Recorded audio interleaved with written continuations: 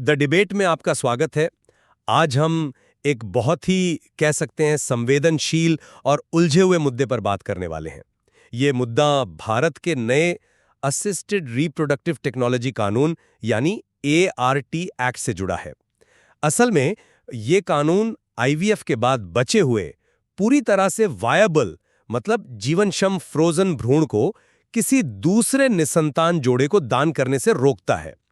तो हमारे विमर्श का आज मुख्य प्रश्न ये है, क्या कानून को ऐसे जीवनक्षम भ्रूण को यूं ही नष्ट हो जाने के लिए मजबूर करना चाहिए, जबकि देश में लाखों ऐसे निसंतान जोड़े हैं जो उन्हें अपनाने के लिए तैयार हैं?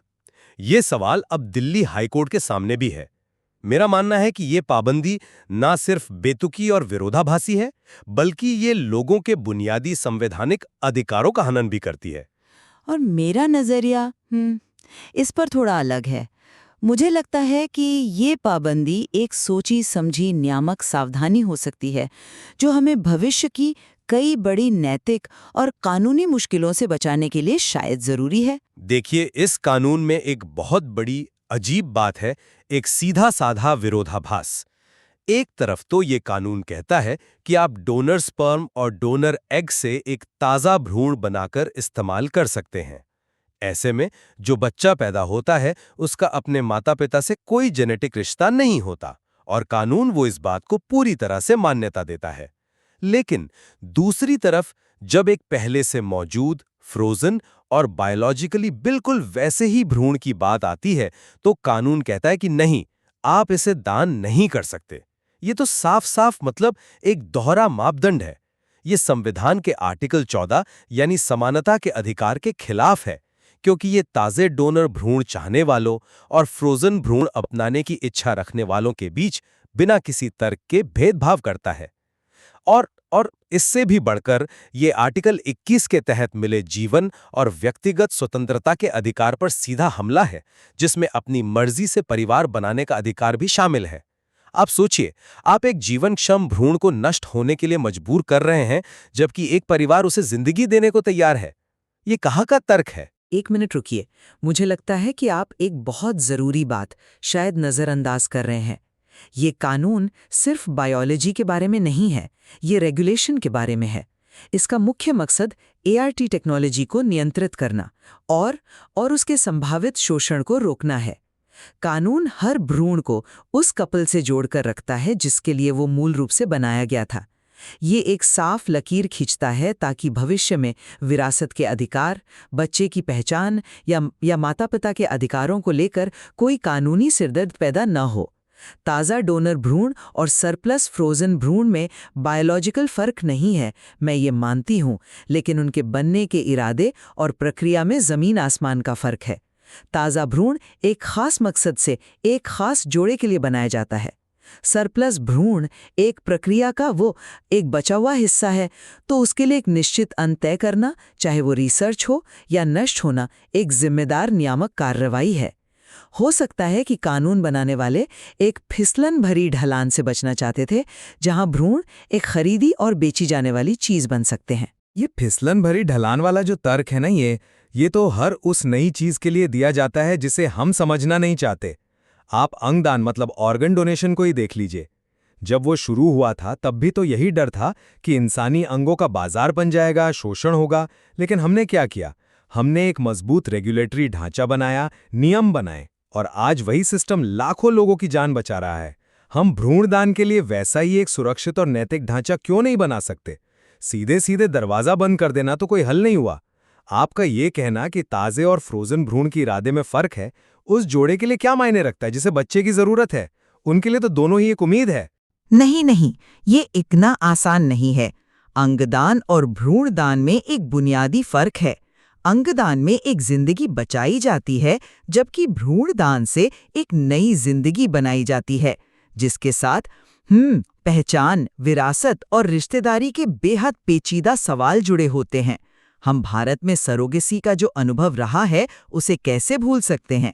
जब कानून में ढील दी गई तो हमने देखा कि कैसे भारत किराए की कोख का हब बन गया था, जहां गरीब महिलाओं का शोषण हुआ। ART एक्ट शायद उसी गलती से बचने की एक कोशिश है, ये कानून कहता है कि हर भ्रूण की एक स्पष्ट कानूनी वंशावली मतलब लीगल पेरेंटेज होनी चाहिए। अगर हम सालों से फ्रोजन पड़े भ्रूणों को दान करने की इजाजत दे दें तो कई सवाल खड़े होंगे। अगर 18 साल बाद वो बच्चा अपने जेनेटिक माता-पिता को ढूंढना चाहे तो क्या होगा? अगर जेनेटिक माता-पिता का मन बदल जाए और वो उस बच्चे पर अपना हक जताने लगें तो? कानून इन सभी अनिश्चितताओं से बचने के लिए एक कठोर लेकिन साफ रास्ता चुन रहा है। ठीक है, मैं मानता हूं कि व्यावसायीकरण और शोषण एक असली चिंता है, लेकिन क्या इसका जवाब हर किसी के लिए दरवाजा बंद कर देना है? आप जिन कानूनी सवालों की बात कर रही हैं, उनका जवाब हमारे पास पहले से ही है। गोद लेने यानी एडॉप्शन के कानून में भी तो बच्चा जेनेटिकली माता-पिता से जुड़ा नहीं होता, फिर भी कानूनी वंशावली साफ होती है। विरासत के नियम तय होते हैं, तो जो कानूनी ढांचा हम गोद लेने के लिए बना सकते हैं, वो भ्रूण दान के लिए क्यों नहीं बना सकते? बल्कि यहाँ तो मामला और भी बेहतर है, क्योंकि जोड़ा प्रेगनेंसी और जन्म देने के अनुभव से भी गुजरता है। आपका तर्क तो संवैधानिक अधिकारों की कीमत पर प्रशासनिक सुविधा को चुन रहा है। आर्टिकल 21 के तहत प्रजनन की आज़ादी का मतलब है अपने परिवार के बारे में फैसले लेने की आज़ादी। ये कानून उस आज़ादी को छीन रहा है। और सिर्फ यही नहीं, ये अमीरों और गरीबों में भी भेदभाव करता है। जिसके पास पैसा है वो विदेश जाकर भ्रूणदान करवा सकता है, लेकिन एक आम भारतीय नागरिक के लिए ये दरवाजा बंद है। ये तो आर्टिकल 14 का खुला उल्लंघन है। देखिए, व्यक्तिगत आज़ादी कभी भी असीमित नहीं होती। राज्य को हमेशा समाज के बड़े हित में नैतिकता और कानूनी व्यवस्था बनाए रखने के लिए व्यक्तिगत विकल्पों को रेगुलेट करने का हक होता है। यहाँ बड़ा हित है एक ऐसी व्यवस्था बनाना जो बच्चों के भविष्य को कानूनी उलझनों से बचाए और भ्रूण के कमोडिफिकेशन यानी वस्तुकरण को रोके। आप इसे व्यक्तिगत स्वतंत्रता पर एक वाजिब पाबंदी कह सकती हैं।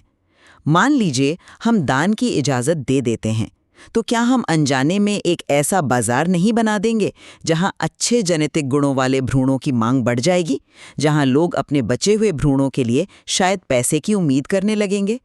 यह सवाल सिर्फ कानूनी नहीं है, बल्कि गहरे सामाजिक और नैतिक हैं।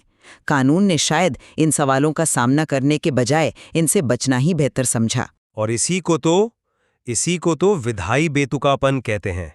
कानूनी भाषा में इसका मतलब है जब कोई कानून इतना अतार्किक नतीजा दे कि वो अपने असली मकसद के ही खिलाफ चला जाए।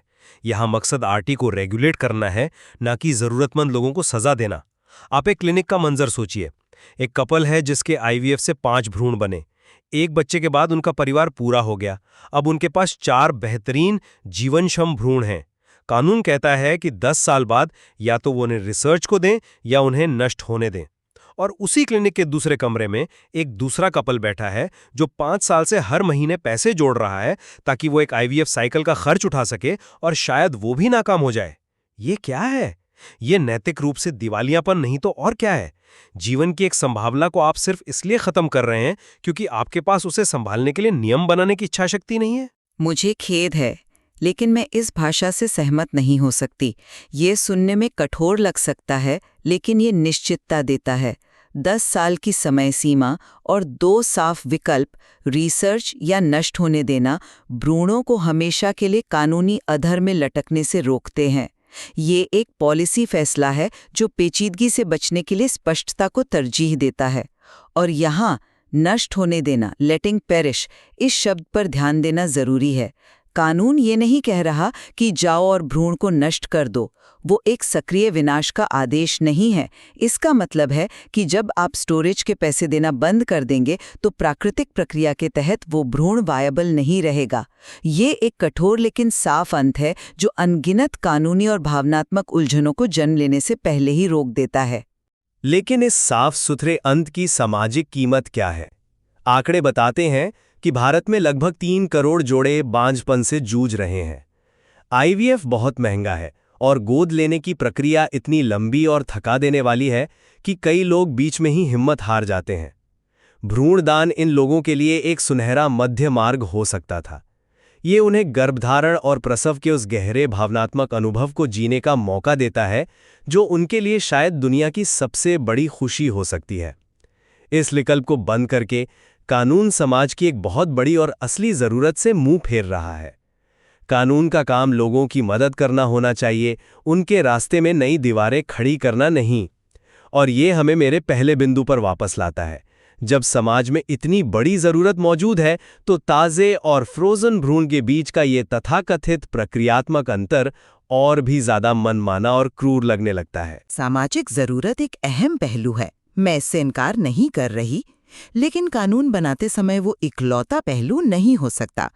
हो सकता है कानून बनाने वालों ने ये सोचा हो कि भ्रूणदान की इजाज़त देने से जो नैतिक और कानूनी परेशानियां पैदा होंगी वे इसके फायदों से कहीं ज्यादा भारी पड़ेंगी। पहुंच की समस्या का हल आईवीएफ की लागत को कम करके या गोद लेने की प्रक्रिया को आसान और तेज बनाकर भी तो किया जा सकता है। एक नया विवादों से भरा क्षेत्र खोलने के बजाय क्या मौजूदा विकल्पों को बेहतर बनाना एक ज्यादा समझदारी भरा रास्ता नहीं है? हमें ये पक्का करना होगा कि हम एक समस्या को सुलझाने के चक्कर में 10 नई समस्याएं ना खड़ी कर दें। हर आसान दिखने वाले रास्ते के अपने छुपे हुए खतरे होते हैं। खोखली है ये समानता और प्रजनन की आज़ादी जैसे संवैधानिक उसूलों के खिलाफ है, और ये उन लाखों भारतीय जोड़ों के दर्द को नज़रअंदाज करती है जो बस माता पिता बनना चाहते हैं। एक जीवनक्षम भ्रूण और एक उसे चाहने वाले परिवार के बीच कानून की एक बेमतलब दीवार खड़ी करना अन्याय है।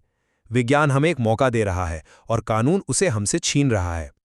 वहीं दूसरी तरफ मेरा तर्क ये है कि इस कानून को हमें एक रेगुलेटरी कोशिश के तौर पर देखना चाहिए, जिसका मकसद एक साफ, स्थिर और विवादों से मुक्त ढांचा बनाना है। हाँ, ये कठोर है, लेकिन ये भ्रूण को एक बिकाऊ चीज बनने से रोकने और भविष्य की कानूनी अनिश्चितताओं से बचने के लिए एक जानबूझकर उठाया गया कदम हो सकता है। ये लचीलेपन के ऊपर स्थिरता को चुनता है, जो इस तरह के जटिल नैतिक मामलों में शायद एक ज्यादा जिम्मेदार नजरिया है। ये तो साफ है कि इस मुद्दे के कानूनी, नैतिक और निजी पहलू बहुत गहरे हैं। हमारी आज की बातचीत यही दिखाती है कि व्यक्तिगत आज़ादी, विज्ञान की संभावनाओं और समाज के नियमों के बीच संतुलन बनाना कितना मुश्किल काम है। बिल्कुल। स्रोत सामग्री में जो बिंदु उठाए गए हैं वे हमें इस विषय पर और गहराई से सोचने पर मजबूर करते हैं और ये भी साफ करते हैं कि इस मामले में कोई भी जवाब आसान नहीं है।